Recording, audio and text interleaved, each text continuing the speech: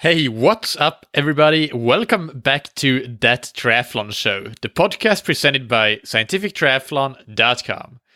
I'm your host, Michael Eriksson, and this episode is Beginner Tip 7, where I'll talk about training for a sprint distance race. This comes from a listener question from Pamela, who writes, "Hi Michael, I'm new to your podcast but really enjoying it. As a complete newbie to triathlon, I'm finding your show really approachable and informative. Basically, I'd love you to do the next Beginner Tips episode on training for a sprint distance.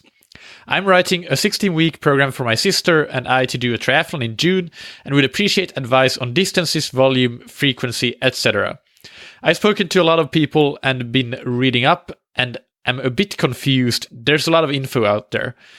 I'm a swimming coach and a PT, but this is my first time planning for a multidiscipline event. I realize it's down to the individual, but a little guidance of where to start would be lovely." Thank you very much, Pamela, for your question. That's really great to hear. I'm glad that you're enjoying the podcast. First of all, yes, you're absolutely right. It is down to the individual. There is no one-size-fits-all solution, but I can absolutely give you some general guidelines and all of your fellow listeners, of course. So rule number 1, and this is something that I could talk about every single episode because it's so important: consistency. It doesn't matter how good or bad your training program is, your results are very, very, very correlated with how consistent you are in training. So don't get sucked into the trap of over-analyzing and over-engineering your training, but then not actually following through with it and doing it. And you may think that it doesn't really matter if you miss a workout or two per week, but if you're doing 6 workouts per week and you miss 2, then that's a third of your workouts. So it means a whole lot, actually. All right, so that's rule number 1. Don't forget that. If you take one thing away from this episode, take that. If you are, like you, Pamela, completely new to triathlon, I would advise you to have as first priority to train to complete the race, not necessarily compete. So for you, you wrote that you have a swimming background. You're a swimming coach, actually. So for you, this is maybe not as applicable. But for other newbies, complete newbies, the first thing to do is to get comfortable in being in the water, including being in the open water. And another part of this is to get bike confident, learn how to handle your bike. I talked about that in previous episodes. And the final part of training to complete the race, in addition to getting confident and comfortable with those elements and the gear, is to cover the distances in training at least once, not as a whole triathlon, but cover 20 kilometers on the bike and 5 kilometers on the run and 750 meters on the swim. That will give you a whole lot of confidence to take into the race. And regardless of if you're a complete newbie or you have done a couple of sprint tries before, I like to say that the number 1 priority is to train, or priorities is to train for competence, confidence, and consistency. And with that, I mean competence refers to the technical skills, as I mentioned, bike handling skills, swimming technique, and even running technique. And confidence, I already mentioned, completing the distances is one aspect of it. And consistency, the bullseye, building that aerobic base. You'll have so much room to grow there when you're starting out. So some of the specific things that Pamela asked about: frequency. I recommend 6 workouts per week. Ideally, if you don't have a swimming background, which Pamela does have, but for other listeners, I'd like to bump it up to 7, so you get an extra swim to swim 3 times per week, but still take a rest day. So maybe on a Saturday or Sunday, you would do both a swim and either a bike or a run. And I will link to this in the show notes, but I do have a beginner sprint triathlon training plan. It's 8 weeks long. On my website, it's linked to in the episode description, and it follows this 6 workouts per week schedule, more or less. The first week is only 5 workouts, and I believe in the recovery week, and obviously the taper week or the race week, there is 1 workout less. But in some of these weeks that have 6 workouts, one of the workouts is a bike plus run brick workout. So you actually train 2 disciplines in one workout, the run right after the bike. So the other thing that Pamela asked about is distances. I already talked about this. Basically, I'd like you to cover the distance of the race at least once in training in each discipline. But actually, the way that I coach athletes and create training plans is I prefer people to train to time and to duration, not to distance. So if I coach you or if you get my training plan, you'll be asked to go for a 30-minute run, for example, not for a 5-kilometer run. So for most beginners, if you have even a small base of fitness, the runs that you will do and the bikes that you will do towards the tail end of the program will automatically have you go a bit longer than the distance, quite a few times. So even automatically, just by following that time prescription for how long you should be out running. So yeah, that's basically how I prefer to coach people.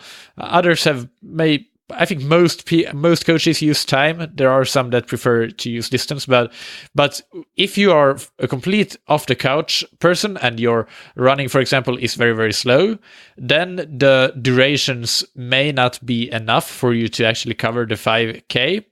That's possible. And in that case, what I would do if I were coaching you is to say that, okay, we'll make this time as long as it needs to be for you to cover the 5K at least once before the race. I hope that makes sense. Volume. You need to start where you are at with your total training volume and not suddenly jump from no training at all, for example, to 7 hours per week of training or something like that. Even if you don't get injured by a sudden increase in volume, the risk is pretty big that you'll burn out mentally pretty quickly. So I'll give you, again, as an example, my beginner training plan, which only has 5 workouts the first week, but then mostly 6 workouts per week from there on.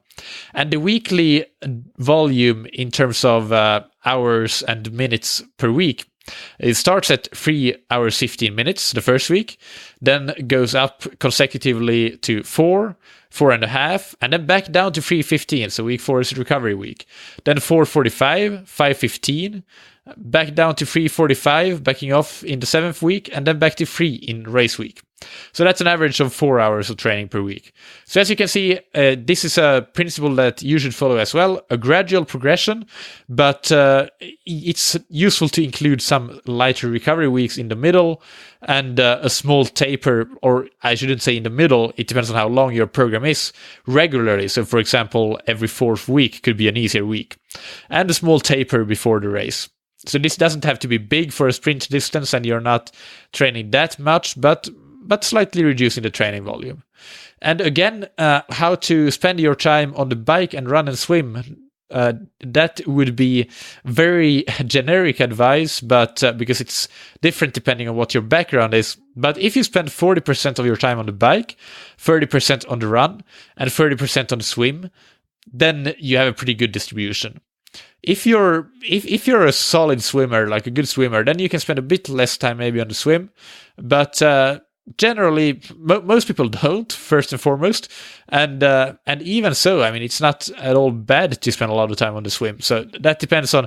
But if you have a limited time budget, like you train 4 hours per week, then I would maybe cut down a bit on the swim if you already know how to swim very well. So the program structure, start with just building that aerobic base training, go at conversational pace on the run and the bike at least. The swim is a bit different actually. That again depends on your level. For some it may be, if you have no idea how to swim, you need to just learn the technique first. But if you have like a basic idea of the technique, then it's never wrong to include some speed work right from the beginning and some hard workouts on the swim. So that's a bit different, but on the bike and the run, start with building that aerobic base and then gradually start introducing some intensity if you feel that you're ready for it and you don't have any niggles and that sort of thing, you're coping well with the program.